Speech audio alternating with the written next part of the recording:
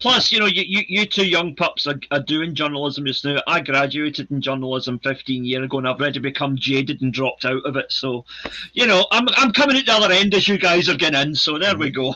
Yep, the future's bright. Cheer us up on this Tuesday afternoon. We were just talking about our difference in weather. James, you're through in Edinburgh. I'm in Glasgow. Liam, you're in Japan, and you said it's absolutely Baltic over there now. Yep, -7, just a couple of degrees away from a Rangers deficit.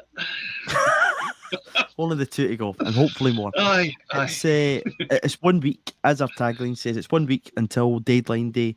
This month has been a bit crazy. We've already lost Josip Juranovic, who we will get on to chat about because we've not been on since he's departed the club. And we want to talk about other potential Celtic exits. Where else to start than the fresh news that came out less than an hour ago? Moritz Jens. James, since it's your Tuesday debut, we'll come to you in this one. Surprised or not surprised? Yeah, I'm not really that surprised. There've been sort of murmurings over the last few weeks, and he seems to have sort of fallen out of favour at Celtic. He started off really hot because of Starfelt's injury. He was getting all the game time. So I think if Starfelt hadn't been injured since Jens came in, he wouldn't have had as much game time as he'd previously had. So I don't know if that's been playing on his mind. I was playing all the time here, and now I'm not getting any game time at all. But since the sort of hot start, scoring goals for fun, he's had a lot of sort of shaky moments defensively. I think the St Mirren game, the 2-0 game, stands out in my mind. It was him and Welsh that started at centre-back that day, and it was not the most convincing of partnerships. I think Jens was up against Curtis Main, and it was very similar to the games where it was Lyndon Dykes up against Christopher Julian. He just looked nervous and getting ragdolled off the big physical striker. I don't think it would be worth Celtic paying the $3 million price tag. It was a good little experiment. We've brought the player in on loan. He hasn't worked. We're not going to pay the fee, and he's going to go back to his club. I think it was sort of decent business from Celtic. Try before you buy. Yeah, I think there's a lot in that to pick out there, Liam, and I think James is spot on there. Moritz Jens played 19 times for Celtic in the first part of that season. He's yet to feature since after the World Cup break. I know he's been on the bench a few times. He wasn't at the weekend. I'd agree with James in that one. I would like to get your thoughts on that. Had Carl Starfelt likely not had that setback when he came back after the Rangers game, during the Rangers game, I don't think that Moritz Jens would have featured so often for Celtic. What's your thoughts on that? No, I mean, he came in and he looked good on his debut and a couple of games after that. But no, it's clear that Ange's preferred back two was always Starfelt and Carter Vickers, and even now it's always going to be Carter Vickers +1. And I think recent performances have shown that Kobayashi, if he's not getting ahead of Starfelt, he's definitely the next in line, which then puts Jens at number 3. And it's like, do you really want to sit around a club? Because the whole point of him going to Celtic was to get game time, but he now has 3 other centre backs ahead of him, and also there's the issue of having enough Scottish players on the books versus foreign players. So getting another foreign name off the books if we're not using him helps towards that quota. And look, he came in, he did a good job. I don't think he put a foot wrong. I just think our other options are better, and I wish him well in whatever he does next. And that's all about advancing, evolving. That's something the manager's continually spoken about. As you said, James, as well, it was a try before you buy. We knew we were in a situation where Starfelt wasn't going to be ready at the beginning of the season. Obviously, Stephen Welsh started the first game of the season, scored the first goal of Celtic season against Aberdeen. Jens comes in, he scores a really important goal up at Ross County. So even if he does depart during this window, he played his part towards the league title. He scored that really important goal late on in Dingwall, and then scores the following week at Rugby Park. But as you say, we seem to have worked this transfer quite well. That with Starfelt being out, we brought someone in for cover. We got to the January window, and Ange obviously had a preferred option in Yuki Kobayashi from Vissel Kobe. Yeah, Kobayashi looks like a very solid player. It's going to be an impossible task, as you said, to displace the Starfelt-Carter Vickers partnership. I don't think they've lost a game in the league where they've played together. I think the only domestic game I've lost was the Scottish Cup semi-final. But it's an impossible task, as I was just saying, to displace them. And Kobayashi looks to be in a lot better stead to split that centre-back pairing up than Stephen Welsh or Moritz Jens. And I think you missed out that it was a bicycle kick that Moritz Jens scored that Kilmarnock won it. That's right, aye. That day. Yep.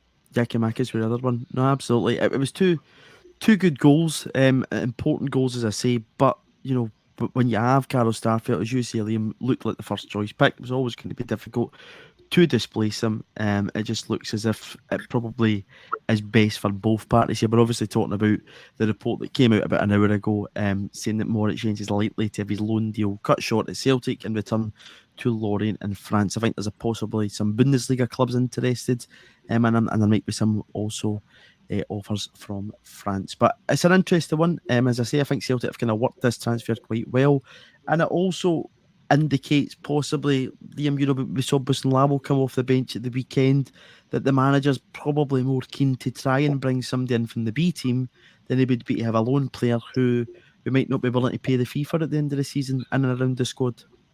Yeah, I mean, if you're going to have essentially a bench warming centre back, you're better having one that you've developed yourself than one that's on loan, and you're going to have to pay 7 figures for at the end of the season if you want to keep him.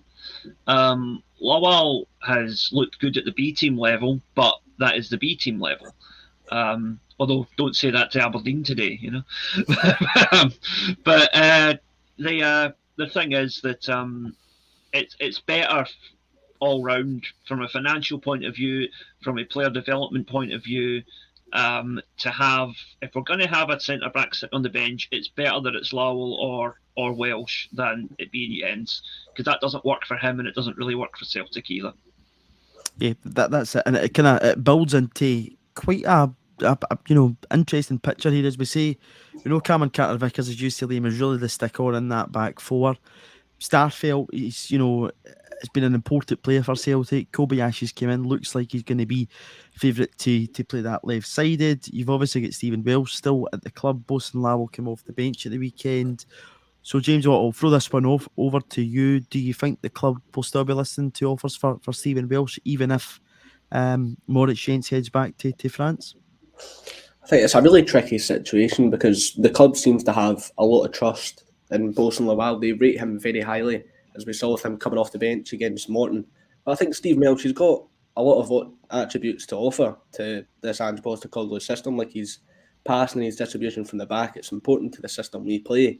But in big games, do you want to be calling upon Stephen Welsh to come in and play them? I think one of the big reasons why, I mentioned the game earlier, but that one of the reasons why we lost that Scottish Cup semi-final last season was some of the players that came on didn't really play their part. And we've got high quality depth in most positions across the park, especially in the front line. I'd be confident with Haksabanovic coming into the squad. He's a backup player just now. I'd be very confident with him coming into a big game for Celtic. Would I be the same with Stephen Welsh? No, I wouldn't. I don't consider him high quality depth. But as a fourth choice player, I'd say he's solid enough. But if offers come in where Welsh can get more game time, maybe a team from Italy or something, then I wouldn't be against selling Stephen Welsh. And again, that kind of ties into that conversation we've had on here before, is almost, the Italian market acting with Scotland like Celtic have been with the G League and looking to bring in talent, develop them, then move them on. Aaron Hickey, obviously the prime example. Liam Ferguson over there, and Liam Henderson's been over there for a wee while too. Liam, come to you in this one. Comment in here saying Jens is a bit cutthroat, but I like it.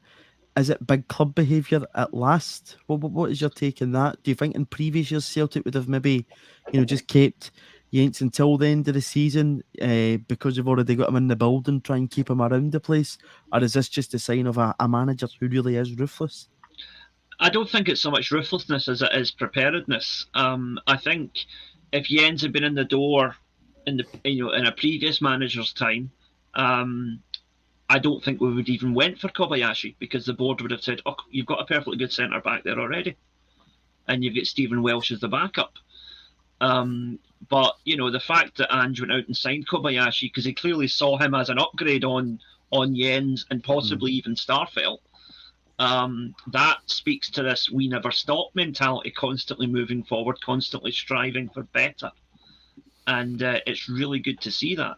And yeah, it is big club behaviour, because if we want to be a club that can do things in the Champions League next year, we put up some good performances, but points wise we barely landed a blow this season. That is the one big disappointment since Ange came in, is that we haven't really done it in Europe yet. But we are building towards that. We've got a few players now with World Cup experience. We are constantly developing the squad all the time. Yeah, I really think it's the right move. I don't necessarily see it as a cutthroat move, but I think it's a very decisive move. I think that's a fair way of putting it, Liam.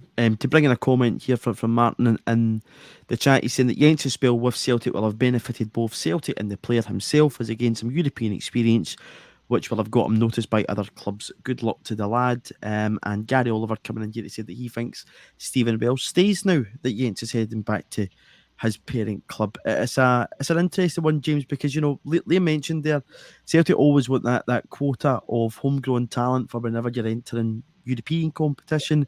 We know that a report a couple of weeks ago came out saying that Stephen Welsh, that the club were willing to listen to offers for Stephen Welsh. We know previously Toulouse and Udinese have shown interest in him. For me at this point in his development, it probably makes more sense for the player to go out and get game time, whether that's loan or permanent, just for his sake too, because he's not going to develop at all sitting the bench at Celtic.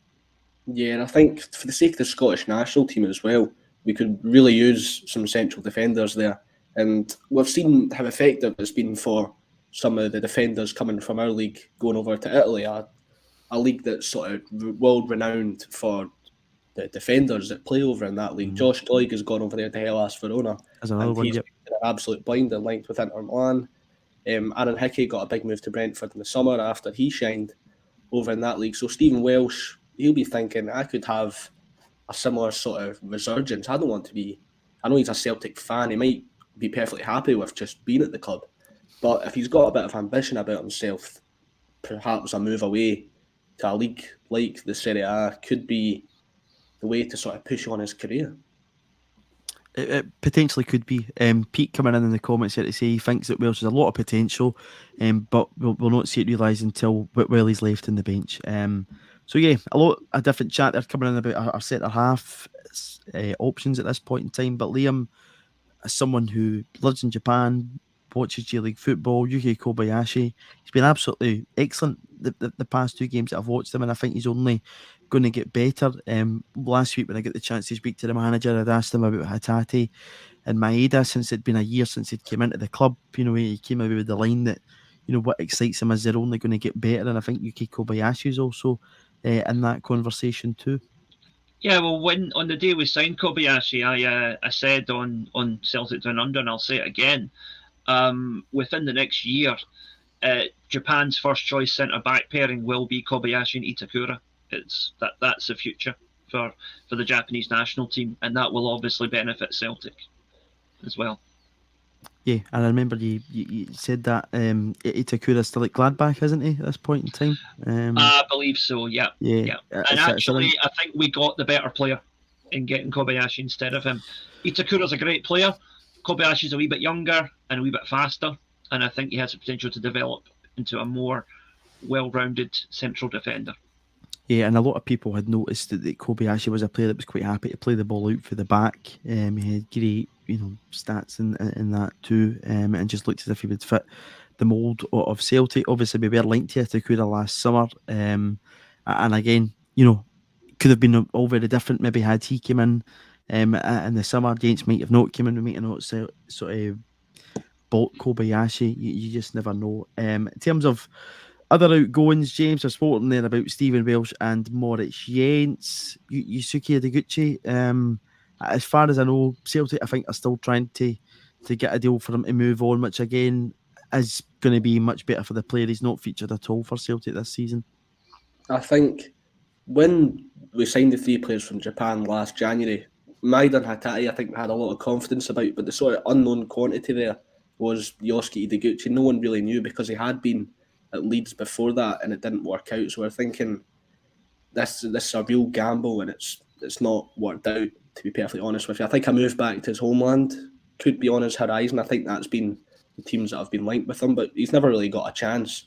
And when the chance may potentially have opened up, injuries have plagued him. It's been the case with the last sort of few defensive midfielders that we've signed, Abelgard as well. Callum McGregor is the captain. He's not going to come out of that team. And the fact that when Cal McGregor was injured, instead of giving Ideguchi or someone else a chance, we just dropped Matt O'Reilly back. That says sort of everything you need to know about the other defensive midfielders at the club.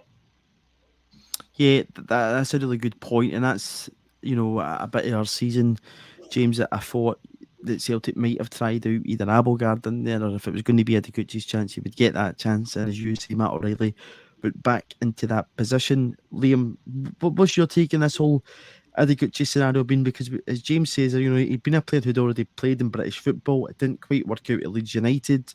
He's came over again for a second bash at it with a manager who obviously knew from his time in the J League, but you know, really after that injury against Alloa, I think he did come on in the last game of the season against Motherwell, wee bit in pre-season, but just he's not been in the picture at all for Celtic this season.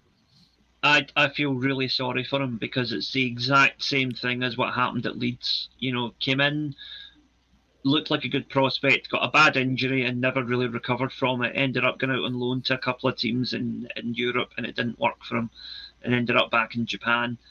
You know, he's still young. He's still only, I think, 25 or 26. But this, if a Japanese player is going to cut it in Europe, usually it's by the time they're about 26. And I think Celtic might be his last chance to make it in Europe, and it's not worked out for him. And I really feel sorry for him, because he's not. I don't. You know, the games that he's played, I don't think he's ever had a bad game, but he's never had an outstanding game either. And the problem is, when you're a fringe player, this is you to come in and do something to earn that place. And you know, take Maeda for example. Maeda came into the team last season when you know, when Kyogo was injured, and later on switched to a wide position and showed that he had enough to warrant getting in the team ahead of you know, ahead of the likes of Abada at the time. And you know, he's had his little down spell as well, but since the World Cup he's been arguably our best player, and that's because he got that run, but he earned it with some good performances and some important goals. Ideguchi never put a foot wrong, but never really did anything on the assertive side of it either. So it's a shame. He's a good player. There's a good player in there, but we're never going to see it, because it's a type of position as well where it's very difficult to shine. And that all goes back into the conversation the manager had when he was asked weeks ago about Scott Robertson, you know, about timing for some players. Obviously, that's a different scale of that spectrum when you're a youth player trying to break into the team. But even for Yusuke Ideguchi, you know, timing wise with the injury and everything else that came with it, coming back into the team just as the season came to a close, you know, and then as you said earlier on, James, you know, Abelgard gets brought in on deadline day last summer, which again kind of indicated at that point he probably wasn't really in the picture that you were trying to fill your squad out. But looking at him too, he doesn't really look as if he's in the picture now. And now that we've signed Tomoki Iwata, I just don't see a place either at Celtic for Abelgard. I know that, again, he's much like Moritz Jens, and that he's a lone player, and it's something that Celtic might look to do is just end his contract, and he could end up back. I think it's Aalborg that are interested in him in Denmark. Yeah, Aalborg back in his homeland are very interested. But I remember back in the summer, after we'd got the priority signings out the way, we'd signed Jota, we'd signed Carter Vickers, everybody was raving about getting a backup to Cal McGregor. We need a six. So when Abelgard came in, I'm not going to lie, I was a bit excited. I hadn't heard of the guy, but it was a position filled where I knew that we needed a player. But he's just not had a chance. He's not started a game. I think every time he's came on off the bench, it's been around about 80, 85 minutes. He's not had a proper chance. He must not have the quality to make the starting squad, because he's been fit.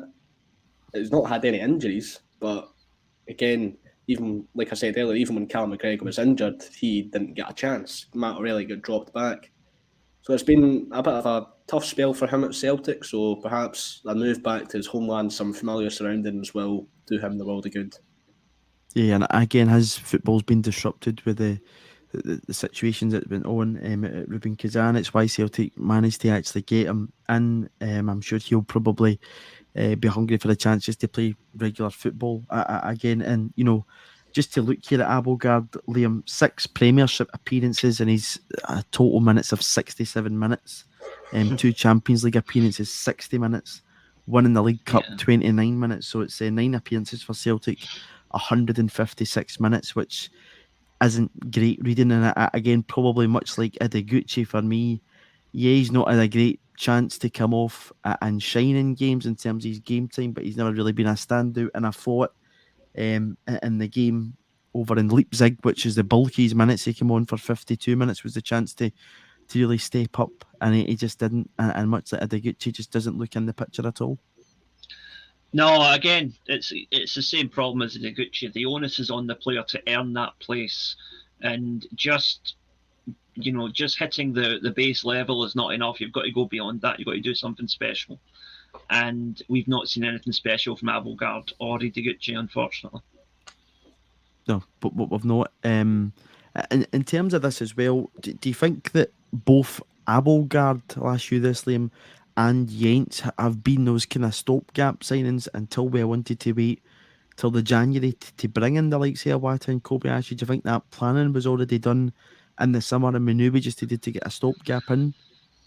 In Kobayashi's case, I think yes, because from last season we knew that he was good, but it's only really in the second half of this J-League season, which concluded in November, that Iwata has really emerged as like one of the players of the year.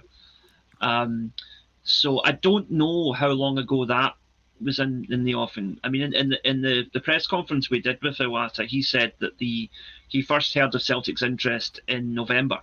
But I think it was probably a wee bit earlier than that. But being a professional, he's not going to talk about where he's going next while his current club season is still ongoing. But the J-League season concluded at the middle of November, and he was free to move to Celtic after that. But yeah, I think that definitely in the case of Kobayashi, Jens was a stopgap until we could get Kobayashi in. In hindsight, that seems like the case.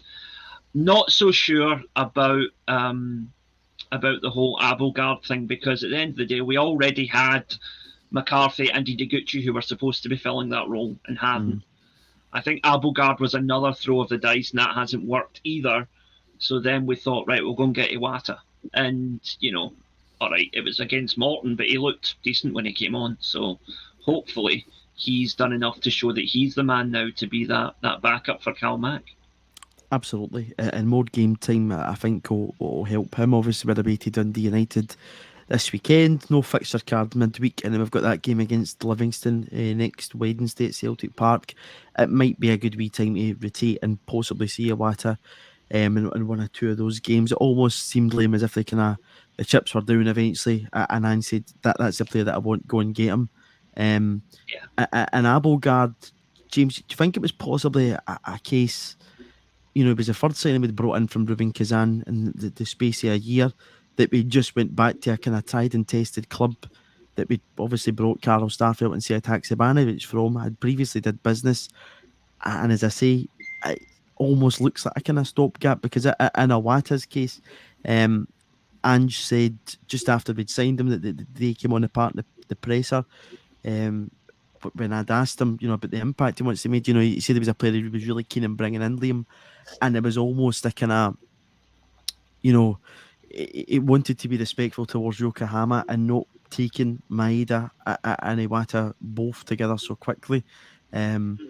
So just in terms of that, James, do you think that the Abelgard, in terms of that link that Celtic had already built up with Rubin Kazan, was just a kind of, we'll go back and try that again? Yeah, I think you would have seen that Starfelt had worked out the season before. I think Ange must have some sort of guy linked with the club, or some sort of guy that's similar to how we had Dudu Dahan for so many years. But Abelgard, it just hasn't worked out, and it could potentially be a stopgap signing, but I don't think Ange really does stopgap signings. It seems to sign every player with a bit of intention about them. It's just Abelgard just hasn't really worked out. And just on Iwata. It's an unpopular opinion, but I'm a bit worried about him because Callum McGregor, he doesn't get dropped. He plays every single game apart from the sort of injury there. Callum McGregor, he doesn't drop out of that team. So again, I think the opportunities are going to be hard to come by. But Iwata was the J League Player of the Year. He clearly is very, very highly rated. So he could have the qualities to cause provide some good rotation to Callum McGregor, but the worries are there considering the way the last few defence midfielders we signed have went and how undroppable Callum McGregor is. I think his opportunities might be a bit limited. Do you think there could be a case that Iwata coming in possibly moves Callum McGregor's position in the team, that obviously been playing that pivot role so often for Ange Postecoglou? I always describe him in there as the midfield metronome because he just makes everything tick. But possibly Iwata coming in could mean that McGregor pushes forward, or you start to see a rotation in that midfield, between obviously Moyes in that conversation now, Hatate, O'Reilly, Turnbull still in the conversation, that you start to see this kind of regular rotation in there. I think so. I think you would be... Sorry, James, on you go. I was going to say, I'm not too sure Ange would do that because there's already so much quality in those sort of further forward midfield positions, and he likes Callum McGregor. There was opportunities where he could have pushed Callum McGregor forward, but he's so good at linking the defence to the attack. I don't think Ange would want to do that. And again, with the quality players we have there, Moy, Hatate, O'Reilly, Turnbull, that's already 4 top quality players vying for those positions. So I don't see why he would push Callum McGregor forward. We all know how good he is in that position, but he is also phenomenal as a defensive midfielder, and I think he's sort of that's his role. Yeah, the midfield metronome. Liam, what's your take on that? Do you think there could be potential for that? Well, I think the one midfield player who has had a dip in form recently is O'Reilly. And if he comes out of the team, you could then push Kalmak a wee bit further up and bring Iwata into that role. So that's a potential in for him. But, that's the thing, though, because, we've got Moy, we've got Hatate, we have McGregor, and we have O'Reilly. That's 4 players who can all potentially play attacking mid. But then you also have Moy, O'Reilly, and McGregor who also can play defensive mid. And Iwata can come in and play defensive mid. So I really think that there's like you say, there's a lot of scope for switching back and forth there accordingly. But I'd be interested to see if Ange tries an experiment in the next couple of weeks to see how we can get Kalmak and Iwata into the same team. Because apart from anything else, although, the archetype we think of Japanese players as being kind of slight build, whatever, Iwata can dig. Right, he likes a tackle and he can fly in. He's no fear. That is something that really characterised his performances in the J League this past year. And I think particularly, for games against Rangers, for games in Europe where we might be a bit more up against it in terms of the amount of possession we have, there are going to be times you're going to want to deploy 2 defensive midfielders. And that's when having Iwata and McGregor able to play together is going to be very useful. So I think hopefully, a month or 2 down the line, once the league is kind of wrapped up, I think we could see him playing a lot more to try and build that partnership. Yeah, that's something that Peter, I want to bring in from the comments, is saying that he believes that in Europe, Ange may play with 2 number 6s at Iwata and Kalmak. Do you think that could possibly end the thinking of this, James, at this point in time? Because we know the managers are just going to think about, what's directly coming. He's obviously got his eyes already probably set on next season, and that could be a potential. And obviously, it's interesting just now to look at Celtic's points that, were well better off than we were at this point last season. That's including a Champions League campaign. We saw how much rotation we had between those Champions League fixtures. I think it just gives us really good scope, and that, as Liam says, I think you probably will start to see Iwata and Callum McGregor in the team, because again, we'll also be preparing that if there is any departures from the side, that you've already got the players in there, to cover at this point in time. I think that could be a very real possibility for the Champions League next year, because one of the main sort of problems I think our downfall was that the midfield was getting bypassed far too easily. So I think a bit more defensive cover, a bit more defensive stability in the midfield could really stand us in good stead. I'm not sure. Ange, he always plays with one number 6 at Celtic. I'm not too sure if he played with a double pivot at Yokohama at any time. I wasn't really paying attention at that time. Liam, are you aware? Did they play with a double pivot? Well, I remember I was at a game where they played Man City in a pre-season friendly and he deployed 2 number 6s. But that was against Man City, so he was trying to keep Kevin De Bruyne under wraps in that game. So I don't know if that was the standard or if that was just for that one-off game. I think if he's done that against Manchester City, though, that's obviously a much better opposition than Yokohama. He clearly has that in his locker, in his thinking for when he's facing much better opposition. So that's a very real possibility that could be something that we put into place when we're facing sort of opposition of a higher level. If we get a Real Madrid level team as we did sort of this season, it could be a very real possibility. Yeah, it's really interesting, and a lot of people are saying, Ange's definitely thinking about Champions League. We shipped too many goals last time, and yeah, coming in to say double pivots are not uncommon. He has used a free at the back too, absolutely. So there's a lot of options there, and I think this, again, this comment coming in here from Ed is a real good point. Isn't it just a great position for us to be in? Quality cover in all positions, and again, Liam, I think a lot is possibly thought just for the age of Aaron Moy when he came in, he'd be that guy to go into that kind of double 6, as we will. I still think that he was well off the pace, before the World Cup. It was starting to kind of grow into a game towards the back end of that first part of the season. I think maybe the Champions League just came a bit too soon for him from where he was at, having not played too much football because of the situation in China. But you're seeing Aaron Moy almost deployed as a 10 or, an 8, whatever you want to call it. And he's looking, a bigger threat for Celtic and more effective in an attacking position, because when we're speaking about Callum McGregor linking the play between the back line and the forwards, he's doing the exact same thing. Yeah, it's funny. It's almost like kind of the inverse of Scott Brown. Because if you remember, Scott Brown was, almost a number 10 at Hibs before he came to Celtic, and then we kind of repurposed him as the sort of midfield destroyer. Whereas Aaron Moy, he signed him, and a lot of fans were expecting him to be that Scott Brown type, but he has developed into a much more creative, much more attacking midfielder. So it's great to see. It's a very pleasant surprise, and like the commenter said there, no shortage of options, whatever type of midfield formation we deploy. So it's a really good situation to be in. Yeah, absolutely. And David Turnbull's one who is kind of back in that mixing. The manager seems quite keen, James, to keep pinning around the club. I know a lot of people maybe thought, again, because he's had a lack of game time, just because, we've got better options in there. But he's came in, he's done what Liam was talking about earlier. He's saying to the manager, I'm here, I'm ready, I want to play. And in terms of rotation, he can be an important player for us towards the back end of the season when we're still competing in free competitions. Yeah, I rate Turnbull very highly. I think he's a really good player. People seem to forget he was the main creative force for the first golden boy for the first part of the season. The first part of Ange's tenure, Turnbull was sort of one of the standout players, and he was one of Ange's most trusted players as well. I think he played the most amount of games. Yep. Every game up until the League Cup final, and that's sort of where things went downhill. His injury coinciding with the arrival and the emergence of Hatate and Matt O'Reilly and Aaron Moy now has left him with his chances at a minimum.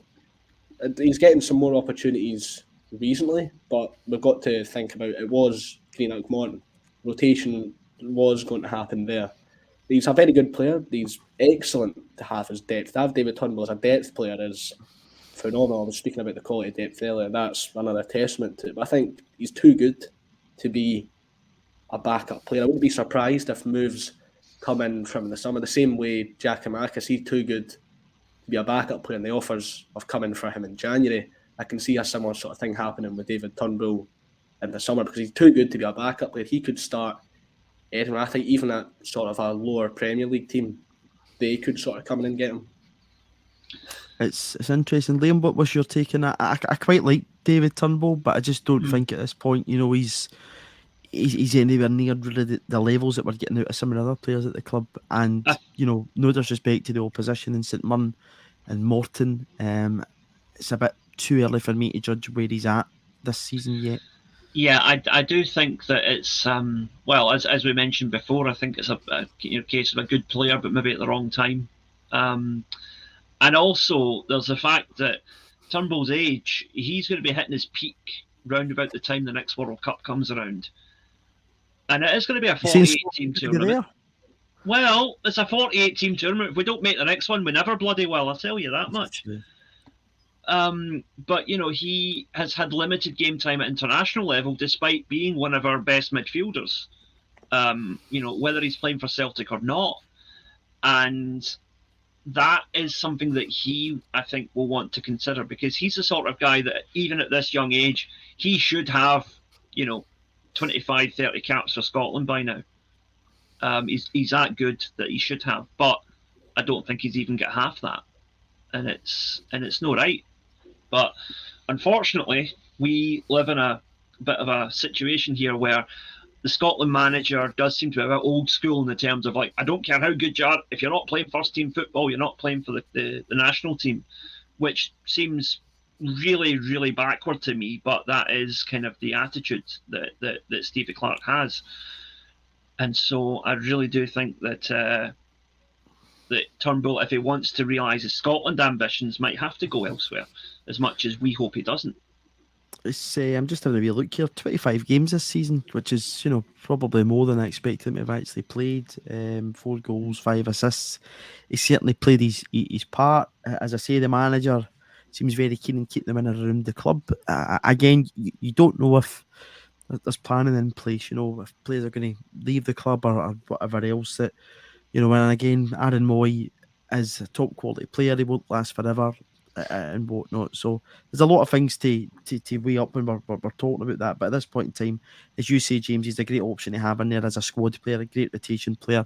Wouldn't be all too surprised if he actually starts up at Tannadice coming off the back of 2 goals. We've basically covered every other departure apart from Yakimakis, who still looks very likely to depart his pal Josip Juranovic out the door. That deal and that saga eventually brought to an end. Liam, wish Juranovic all the best. 18 months at the club, big player in the first season. Probably didn't hit his heights this season. Came off the back of a good World Cup. It made sense. Celtic had brought in the replacement. The player was obviously keen in getting the move. And we just move on from that. But Yakimakis, are you still expecting him to leave Celtic in January with all the reports around Ohyun Goto? Yeah, I think Yakimakis is for the off. However, as I've said several times before, I seriously doubt it will be Urawa Reds. Just that move just does not make sense for a club, player, or either the club or the player's future ambitions.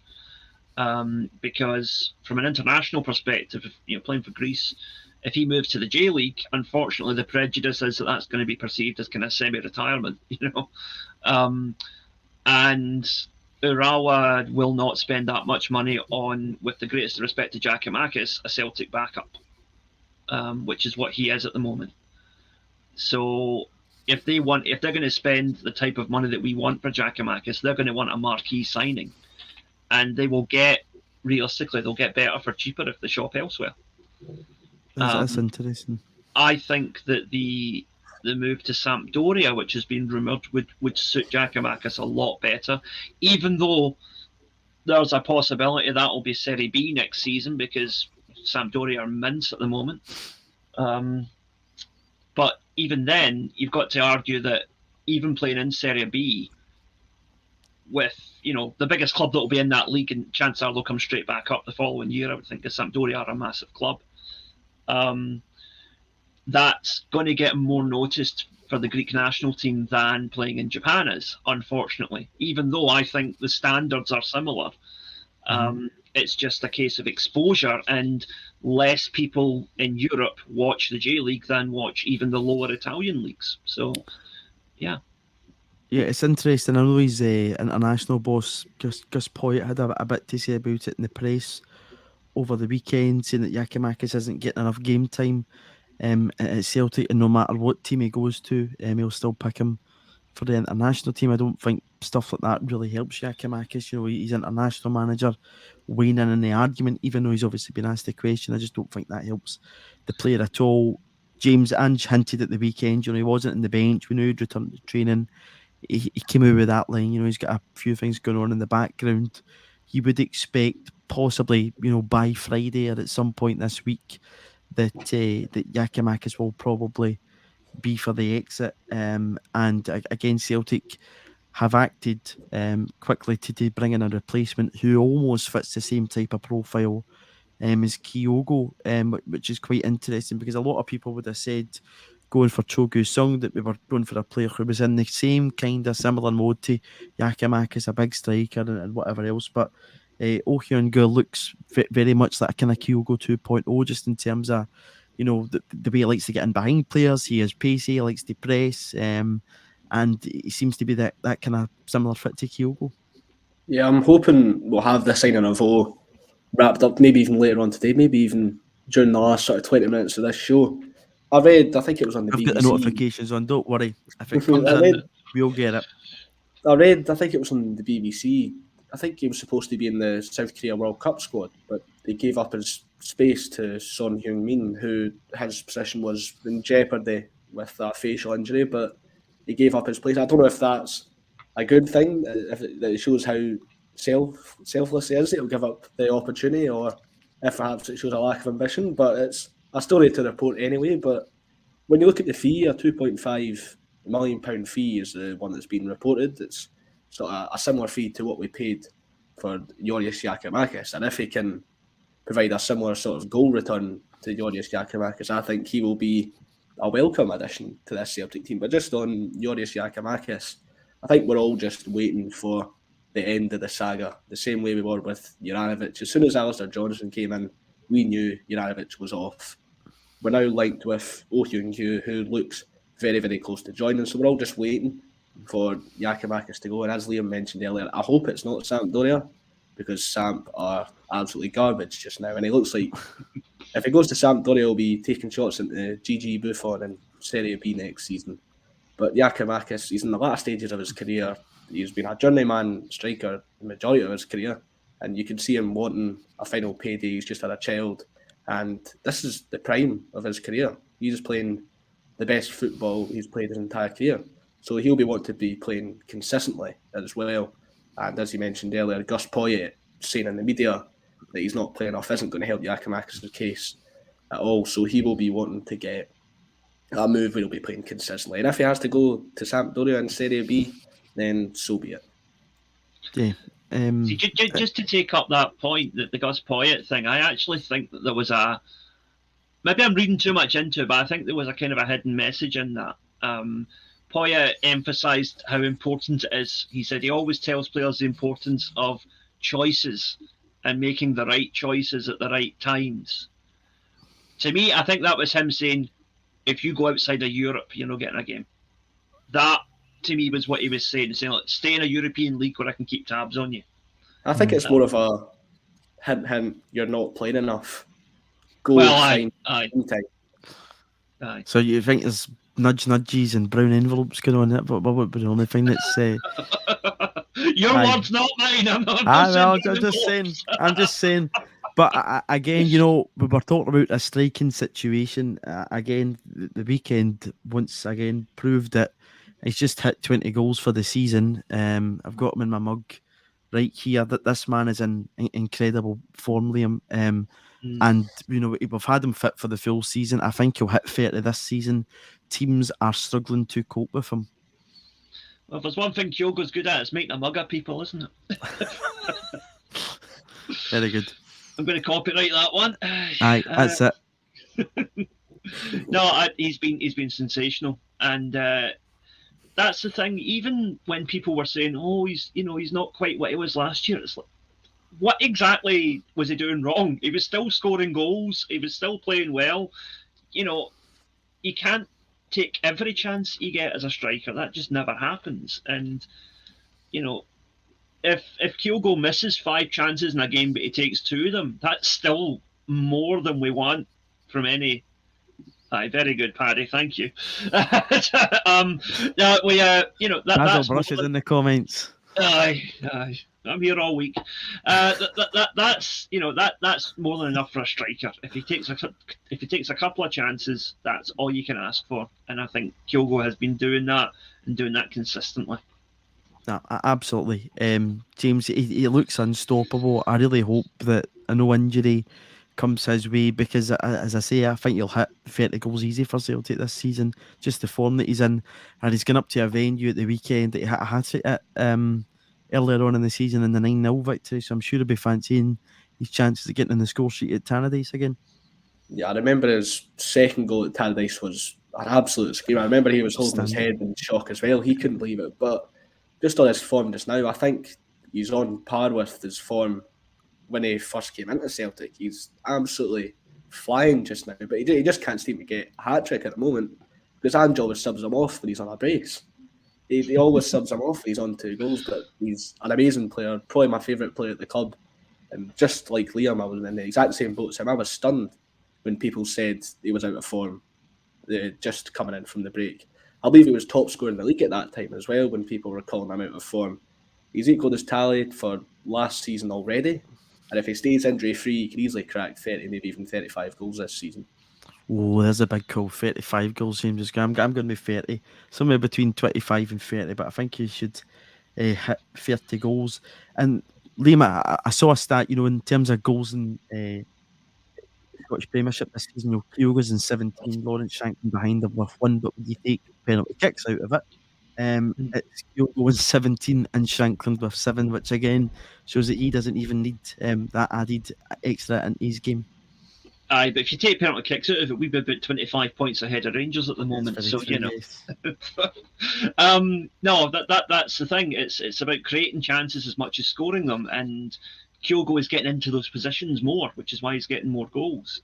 And yeah, we're not getting as many penalties as we should at the moment. I think that's another debate to be had. But yeah, he's just, well, as you know, my personal favourite Celtic player is Maeda, but that's because I've been following his career even back here. Used to play for my local team, but Kyogo is definitely a close second at the moment. He's absolutely outstanding. He really is. Yeah. There we go. So James's favourite is Kyogo, Liam's is Dyson, mine's is Callum McGregor.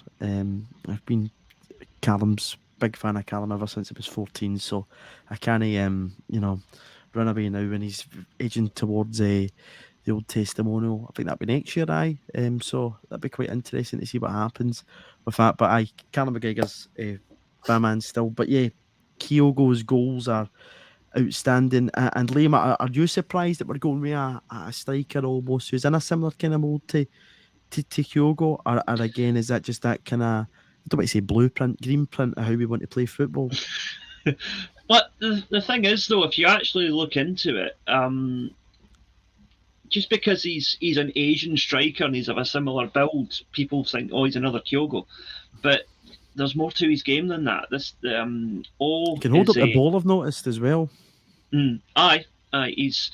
He's more of a, like you say, get the ball back to goal, make things happen kind of striker, whereas Kyogo is all about finding those spaces in between the defenders. Is more about creating something for himself. Kyogo is great, but Kyogo relies on our wing play. He relies on those balls from Maeda, from Abada, from Jota, through balls from Hatate and O'Reilly as well. But always more likely to get his foot on the ball and make something happen in his own right. Similar to Giakoumakis in that sense, because that's what we looked to Giakoumakis for, and unfortunately he's not done it as often as we would have liked. And has got youth on his side as well. He'll develop as time goes on. The K-League is a wee bit more physical than the J-League. So he's not going to have that. If you remember that for the adjustment period, for the first 5 or 6 games, Kyogo was getting roughed up quite a bit before he got savvy to it. I don't think is going to have that same problem. I think you'll find a guy who'll come in day one and will be able to mix it up with any antics that the opposing centre halves might try with him. Aye. And if he goes up against Anthony Stewart, based on his previous a couple of performances. I don't think you'll have any issues there. To get both of your take on this was something I had highlighted months ago when it came out, that the Scottish Cup, James, was going to go down a similar path of the FA Cup in England, that VAR would be used in some games but not others. So, for instance, obviously Celtic at the weekend, VAR's used because we're a Premiership side and we're on the telly. I don't think Dundee United and University of Stirling decided to go for it.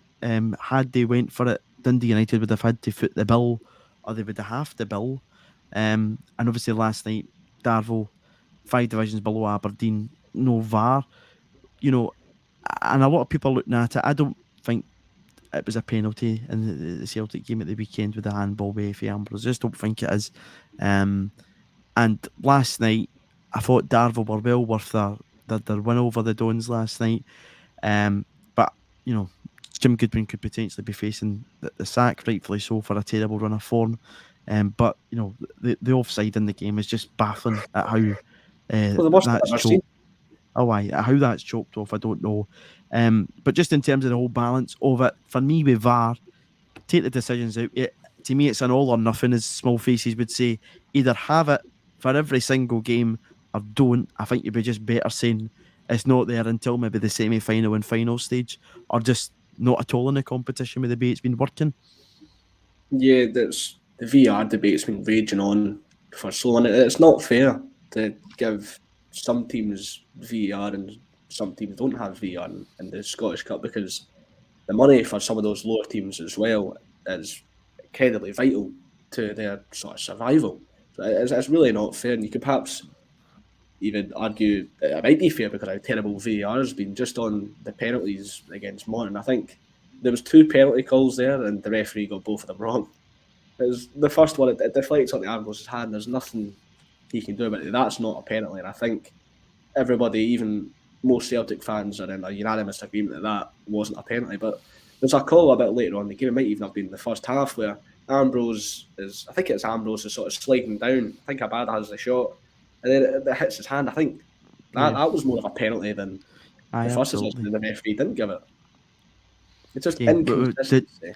Did you enjoy watching the big man back at Celtic Park, by the way? It brought back a lot of great memories for me, seeing him back in the park. Well, it brought back some bad memories with the calamitous defending. I think he gave us. I think he forgot what team he was playing for. I had a wee flashback. It was sort of shades of that dreaded Juventus game. I knew how. How did I know you were going to say Juventus in the Champions League? Well, that's that. But people also forget that Ambrose. I think he played at centre back in the 2-1 win over Barcelona, didn't he? Yeah, he did. I'm just looking at a picture of him actually in my wall here. I've got a picture. It's Celtic 2 Barcelona, and it's the stadium that night. And it's got kind of Fraser Foster saving a shot, Tony Watts going, Victor Wanyama's going. It's got the team photo in it, and you've actually just made me realise that I've got a picture of Efe Ambrose up my wall there with Kelvin Wilson, Miku. I'd have forgotten that name, Miku Fido. He played in that game as well. Adam Matthews. And Adam Matthews is a good player. You can't put him in the same fold as a Miku or an Ambrose. And Lassad, I think, would have been on the bench for Celtic that night. I think Charlie Mulgrew, Chris Commons would have been the captain. But anyway, back to what we were saying there. Liam, are you much the same Small Faces fan like me, all or nothing with this? Yeah, because what you have now is a tournament that's fundamentally unfair. Because some teams are going to get an advantage and some teams aren't. That's whenever the sponsorship deal for this tournament was agreed, which I think, knowing the SFA was probably just before the season started, they should have done a costings of how much is it going to cost on top of our usual organisational fees for VAR, and that should have been the minimum acceptable bid for the sponsorship deal. They should have factored the cost in. Because where is that sponsorship money going? Because you've still got the gravy train of Blazers at every cup game, haven't you? I bet they'll all have their tickets for the League Cup final, won't they? Yep. Yep. Probably all paid for by, sponsors' money. No, I'm sorry, but this just stinks. It stinks to high heaven. Either you play a tournament with the same rules for everybody, or you don't play. I mean, think about any other sport, right? Imagine if you're a boxer, right, and you get the panel of 3 judges. You get into a heavyweight title fight, and just before the fight starts, say, "Oh, listen, two of the judges have called off. You only get 1 judge tonight." You'd be like, "No, it's not happening. The fight's not going ahead." But VAR were essentially getting told that. We're being told, "Yeah, you are getting a lesser quality of referee than other people are because, well, we think they're more important than you." Is basically what we're being told. Yeah, and even all 3 of us, I think, are VAR skeptics. If you think that the technology is a good thing, I don't know what you've maybe been watching. If you have, wait a minute. I think the technology is fine. It's the people running it are the problem. I think it's there's issues with the technology as well. It's the actual. I don't think it's the best technology that we would have type of thing, Liam. I'd read it was actually Charlie Nicholas of all people in his column last week, and he was saying that Scottish football's actually got the cheapest form of VAR that's possible. I think it's $325,000 a season. So even the technology itself, I don't know if that's to do with cameras and whatever else. But we've already, Paul John gave us the remarkable news that, it was sitting out in a van in the middle of nowhere. It just seems all a bit, cutting corners to this. And what I was going to say there was, in terms of, your thoughts on VAR, it would be unfair, say Celtic are away to a championship team. Say we hadn't got home tie at home to St Mirren, we're a championship team, we maybe denied a penalty or whatever, we'd still be having this conversation. I know it's not ourselves that are really involved in this. We are not the ones who you would say are hard done by in this conversations, but it could happen. And again, with some of the smaller clubs in the cup, it can be livelihoods, it can be extra money and whatnot to progress to another round. So see the thing, sorry to interrupt, the one thing which bugs me with this, right, is now you're right, there are issues with the technology in the sense that we've gone for the Poundland version of it, right? But is Poundland still a thing? I don't know. Anyway, yes, it is. Right. Surprisingly, okay, as I think it probably with everything else here. It's probably £10 now. Aye. But anyway, the issue with it is that, to me, when VAR came in, it seems to me from day one. Did he say that before I yes, said it? He did actually. I said, there you go. Great, nice thing, there you go. Excellent. But no, getting back on point, the thing is, when VAR first came in, it was quite obvious that the one thing that referees in Scotland are terrified of is accountability. And VAR is supposed to be a form of enforced accountability for decisions. And to me, it's like, now you two being a bit younger than me, you'll obviously have fresher memories of this than I will. But cast your mind back to when you were in primary school or high school, and your mum tells you to do the dishes, but you can't be bothered doing them, right? It's still the same now. So you do such a pathetic, half-arsed job of it that she says, "Oh, give me it, I'll do it myself," right? That still goes on in this household, Liam, by the way. Don't think I don't still do that.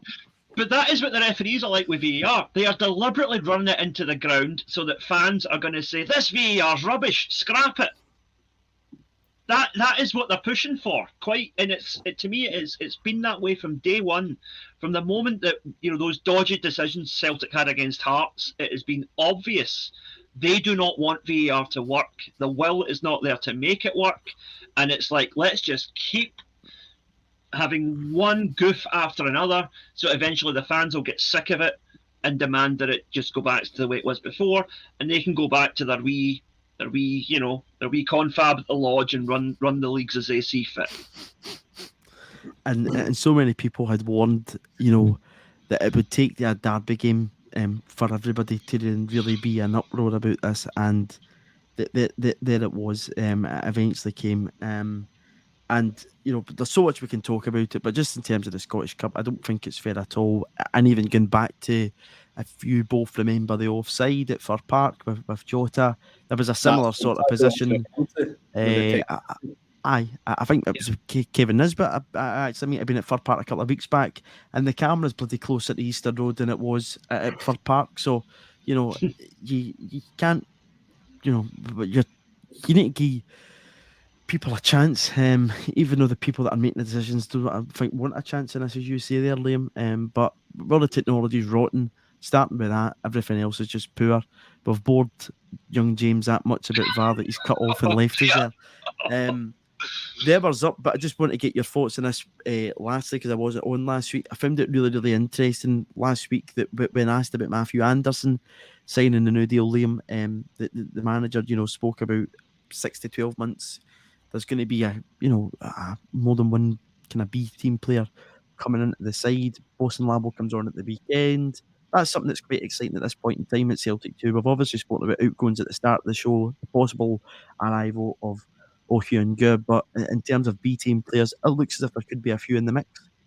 That's the unknown quantity, and that's that, like you say, that could be the wild card. Imagine if we just suddenly pitched in a Lawal against Rangers or something like that.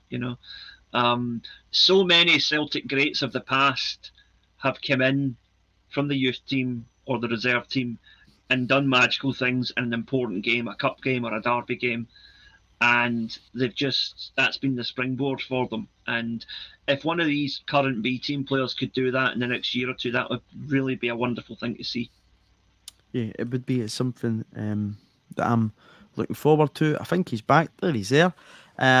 Cuba, I don't know if you heard anything about what we were saying there. I know you were at the B team game against Rangers a few weeks back, and I was just saying there, James, I thought it was interesting and exciting last week that Ange spoke about that potential pathway into the first team for a few of the lads between 6 and 12 months. I'm saying, Matthew Anderson signing a new deal.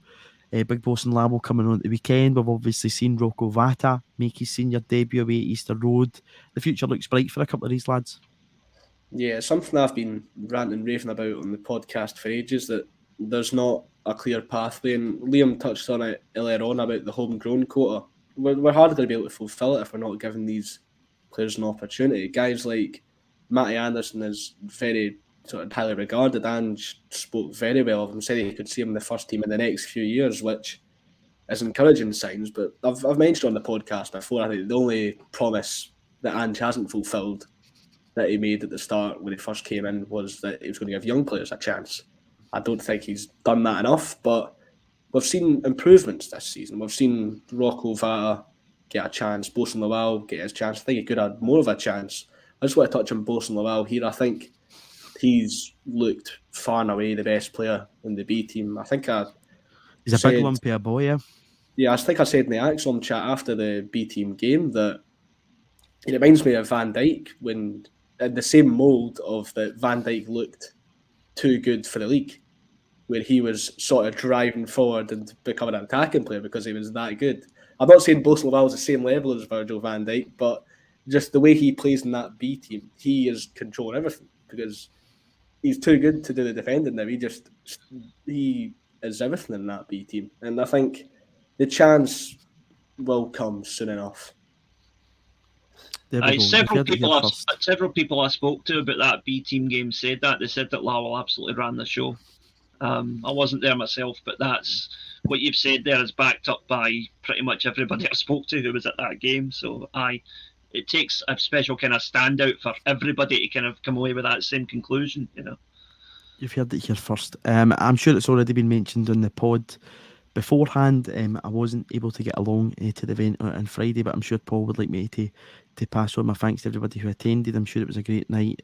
Choki, as he is better known, as always, good crack, even though you don't know what way to take him sometimes. I've been on the end of a few dodgy conversations with him when you think, and then he gives you that wee smile and you're absolutely fine. So I'm sure it was a great night with Brian McClare, who was a great friend of the podcast, and of course we've got nights coming up with the great Danny McGrain and Martin O'Neill and Tom Boyd to follow. So yep, thank you to both James, Liam on this Tuesday. Next week I am off to Italy, to Rome, so I won't be here.